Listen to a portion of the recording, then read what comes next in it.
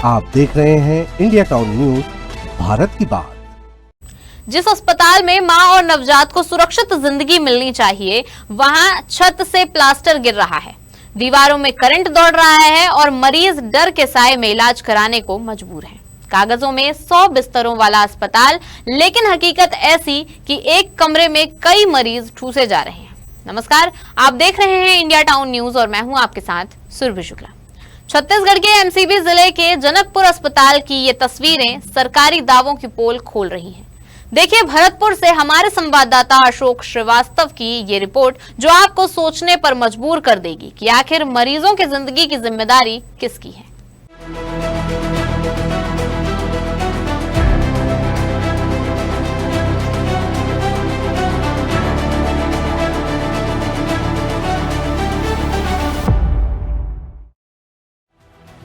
ये कोई खंडहर नहीं, बल्कि एमसीबी जिले के भरतपुर विकास खंड का जनकपुर सामुदायिक स्वास्थ्य केंद्र है। वो अस्पताल जहां 83 ग्राम पंचायतों के हजारों लोग इलाज के लिए पहुंचते हैं। कागजों में यह अस्पताल 100 बिस्तरों वाला बताया जाता है, लेकिन जमीनी हकीकत बदहाल व्यवस्था की दर्दनाक कहानी बयां कर रही है। सबसे ज्यादा डरावनी तस्वीर महिला प्रसूति वार्ड से सामने आई है, जहां नवजात बच्चों की किलकारी गूंजनी चाहिए, वहां हर पल हादसे का डर मंडरा रहा है। छत से लगातार प्लास्टर झड़ रहा है, दीवारों में सीपेज है और अस्पताल कर्मचारियों के मुताबिक कई जगह करंट आने जैसी स्थिति बन रही है। ऐसे में जहां भर्ती गर्भवती महिलाओं और नवजातों की सुरक्षा भगवान भरोसे नजर आ रही है। जो वहाँ के भवन है बहुत सीपेज कर रहे हैं और दीवार में करंट भी आ रहे हैं और काफी, जैसे डिलीवरी वार्ड में भी चेकिंग किया तो वहाँ भी एक ही रूम में, जबकि वहाँ 100 बेड का अस्पताल है और निरंतर वहाँ 50 बेड का भी सही ढंग से जगह नहीं है। लोग काफी परेशान हैं, अपने भरतपुर क्षेत्र के नागरिक।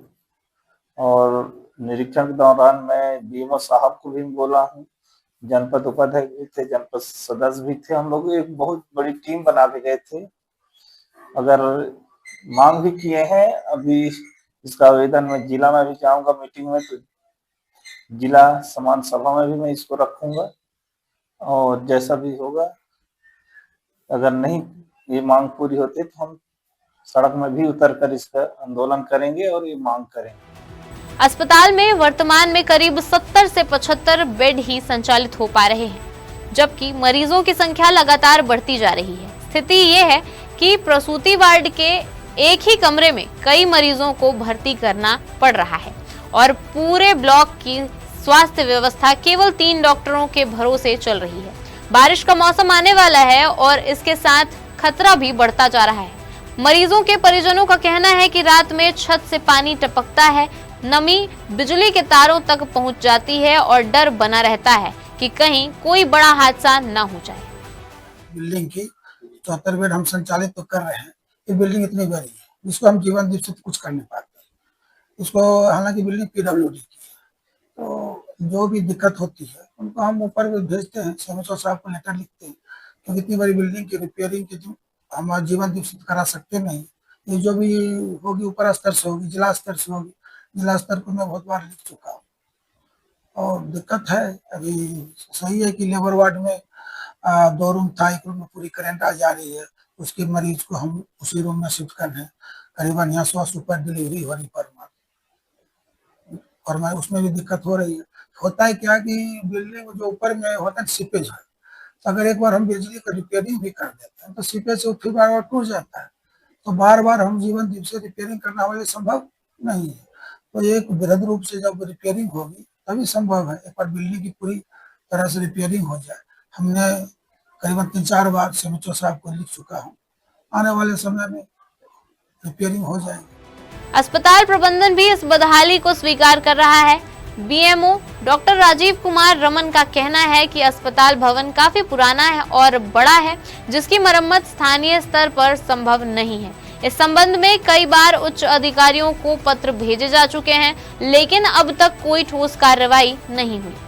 छत से सीपेज बना हुआ है और शायद कुछ फर्श वहां से टूट रहा है, तो उसके विषय में मुझे जानकारी मिली है और इस विषय में भी मैंने खास तौर पे बात की हुई है। तो उसकी मरम्मत के लिए संभवतः बहुत जल्द पीडब्ल्यूडी के माध्यम से या सीजीएमसी के माध्यम से मरम्मत के कार्य आने वाले हैं और बरसात के पहले पूरे जो मरम्मत के कार्य है वो पूर्ण हो जाएंगे। जनकपुर अस्पताल सिर्फ नगर ही नहीं बल्कि दूरदराज ग्रामीण इलाकों की बड़ी आबादी के लिए जीवन रेखा है, लेकिन यहाँ की बदहाल व्यवस्था के कारण गंभीर मरीजों को जिला अस्पताल या अंबिकापुर रेफर करना पड़ता है, जिससे गरीब और ग्रामीण परिवारों की मुश्किलें और भी बढ़ जाती हैं। आपको बता दें कि एक तरफ सरकार ग्रामीण स्वास्थ्य सेवाओं को मजबूत करने के दावे करती है, तो दूसरी तरफ जनकपुर अस्पताल की ये तस्वीरें उन दावों की सच्चाई सामने ला रही हैं। सवाल ये है कि क्या बारिश शुरू होने से पहले अस्पताल की मरम्मत होगी, क्या डॉक्टरों की कमी दूर होगी और सबसे अहम,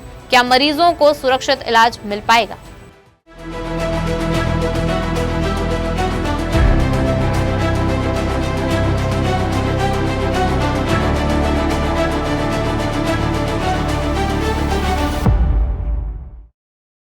जनकपुर अस्पताल की यह हालत सिर्फ एक अस्पताल की कहानी नहीं बल्कि ग्रामीण स्वास्थ्य व्यवस्था की उस सच्चाई को दिखाती है जहां संसाधनों की कमी और प्रशासनिक लापरवाही का खामियाजा सीधे मरीज भुगत रहे हैं।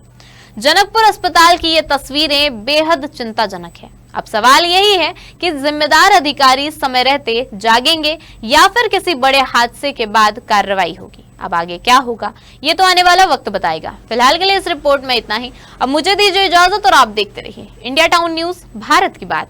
नमस्कार। आप देख रहे हैं इंडिया टाउन न्यूज, भारत की बात।